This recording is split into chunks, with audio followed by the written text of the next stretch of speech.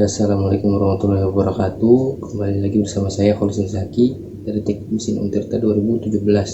Di sini saya menjelasin tentang apa yang sudah kita pelajari di praktikum gambar mesin perancangan di laboratorium gambar mesin.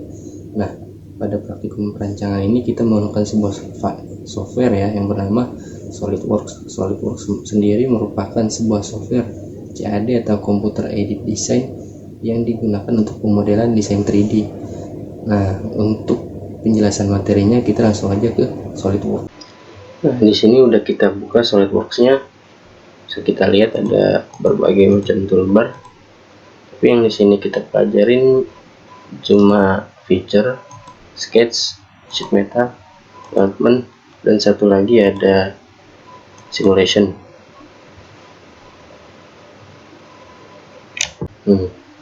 Yang pertama ada sketch. Di sini sketch itu kita pakai untuk membuat sketsa 2 dimensi awal sebelum membuat gambar 3 dimensi. Di sini ada smart dimension untuk membuat dimensi, ada line untuk membuat garis. Di sini ada garis biasa, garis putus-putus, dan garis dengan titik tengah.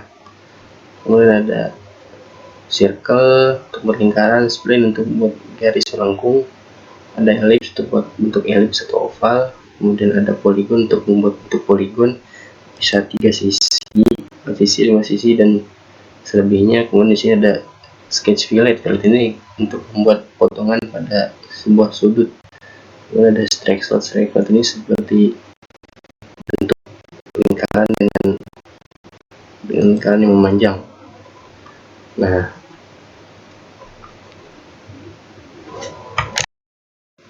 kemudian ada feature. Nah, feature ini untuk mengubah gambar 2 dimensi tadi menjadi bentuk 3 dimensi. Selain mengubah gambar 2 dimensi jadi 3 dimensi, feature juga dapat digunakan untuk memodifikasi bentuk-bentuk 3 dimensi yang sudah jadi. Ini ada extrude boss untuk membuat sebuah profil 3 dimensi dari face atau dari gambar sketch. Kemudian ada revolved boss atau base yang bisa digunakan untuk membuat profil 3 dimensi yang memutar terhadap satu sumbu. Kemudian ada slab boss. Ini seperti revolved boss tetapi tidak berputar pada suatu sumbu. Revolved boss ini untuk menambahkan material di antara dua profil. Kemudian ada boundary boss untuk menambahkan material di antara dua profil dalam dua arah. Kemudian ada extrude cut. Extrude cut ini kebalikan dari extrude boss, di mana dia digunakan untuk melubangi. Kemudian ada hole wizard untuk membuat lubang. Kemudian ada revolved cut. Revolved cut ini untuk membuat potongan dalam bentuk memutar pada satu sumbu. Kemudian ada sweep cut, digunakan untuk membuat sebuah lubang dengan bentuk seperti tabung dengan arah tertentu. Kemudian ada lofted cut untuk menghilangkan material di antara dua atau lebih profil. Kemudian ada boundary cut, digunakan untuk menghilangkan material di antara dua profil dan dua arah. Kemudian ada fillet yang membuat sebuah fillet pada ujung suatu bentuk persegi seperti ini contohnya. Kemudian ada linear pattern, ini untuk menggandakan profil-profil dengan bentuk tertentu seperti ini ada 4 berjejer atau mengelilingi atau mirror. Rib ini bisa dibilang untuk membentuk sebuah ganjalan pada bentuk siku. Draft ini untuk memunculkan sebuah face dari sudut tertentu. Sel ini untuk membuat lubang atau ruang dalam suatu profil. Kemudian ada wrap untuk memunculkan suatu bentuk dari face lain ke bentuk yang sudah ada. Kemudian ada intersect, digunakan untuk membuat surface plane solid untuk buat volume. Kemudian ada mirror untuk memirror yang menggandakan tetapi seperti di cermin. Nah, kita kemudian ke sebentar. Nah, di sini ada weldment ya. Weldment ini seperti namanya lasan merupakan tool yang kita gunakan untuk membentuk suatu benda atau merancang suatu benda yang menggunakan las-lasan. Nah, di sini namanya ada end cap ya, untuk penutup biasanya bagian bawah ya pada suatu benda, bentuknya seperti ini. Nah, ini dia end cap. Ada guset merupakan sebuah ganjalan pada sebuah siku, bentuknya seperti ini. Kemudian ada weld bed ini merupakan lasan pada siku. Kemudian ada extrude cut ini untuk melubangi. Kemudian ada hole miser melubangi tapi tidak tembus. Kemudian ada chamfer untuk membuat potongan pada satu sudut.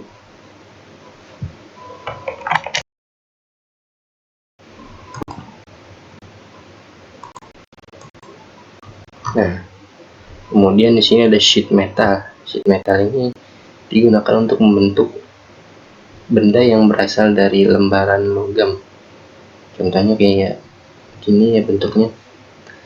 Nah, di sini ada beberapa tool. Di antara edge flange. Edge flange ini membuat suatu flange dari sudut tertentu seperti ini nih, pada sudut tertentu. Nah, jadi bisa dibilang untuk membuat tekukan atau membuat wall. Nah, sini ada militer flange, digunakan untuk membuat satu atau lebih sudut pada sheet metal. Kemudian ada hem ini digunakan untuk membuat tekukan dengan bentuk setengah lingkaran seperti ini. Kemudian ada jok itu seperti bentuk huruf S ya, untuk membentuk huruf S seperti ini. Kemudian ada sketch band ini merupakan tekukan yang dibuat dengan menggambar sebuah sketsa terlebih dahulu. Kemudian ada cross break untuk menambahkan fitur cross break. Nah, corner ini sudut. Ada forming tool itu untuk membuat sebuah bentuk pada face suatu profil. Kemudian ada sheet metal guset ya, tadi seperti benar-benar menjelaskan untuk membuat sebuah penahan pada siku. Selebihnya ada fan untuk membuat lubang ventilasi. Ada simple hole untuk membuat lubang pada face planar. Kemudian ada extrude cut. Kemudian di sini ada unfold ini seperti untuk membuka lipatan, dan fold untuk menutup suatu lipatan, dan kelihatan ini seluruh lipatan yang ada dibuka sehingga menjadi datar semua.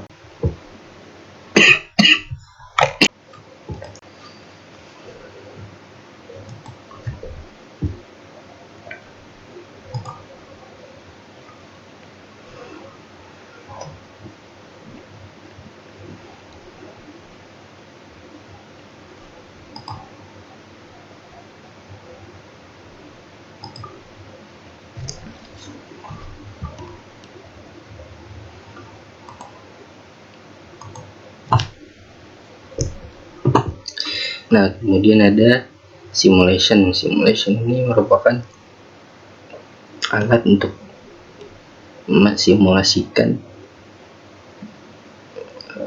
pekerjaan yang akan kita lakukan pada suatu benda yang kita rancang. Nah, di praktikum gambar mesin ini kita melakukan simulasi statis. Nah, caranya kita menggambar dulu sebuah batang cantilever seperti ini. Kemudian kita akan memberikan sebuah tumpuan di ujung dan memberikan beban atau gaya sepanjang batang cantilever ini. Nah, hasilnya bisa lihat seperti ini. Di sini terlihat batang yang sudah diberikan beban akan terjadi bengkok atau deformasi ya. Nah, di sini ada tumpuan. Kemudian bisa kita lihat tingkatan seberapa besar bagian yang menerima gaya tersebut. Nah, kemudian simulation ini bisa juga kita gunakan untuk membuat sebuah laporan simulasi. Laporannya akan berbentuk seperti ini. Di sini gambarnya, kemudian ada data-data batang tersebut dari materialnya, dimensinya, masa jenisnya. Nah, kemudian ada hasil simulasinya. Nah, pada akhir simulasi ini kita melakukan perhitungan untuk mencari angka safety atau faktor safety.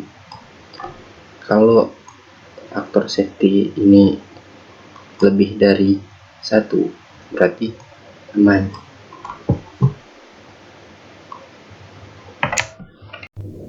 Ya, sekian penjelasan mengenai SolidWorks dari saya. Kurang lebihnya mohon maaf. Wassalamualaikum warahmatullahi wabarakatuh.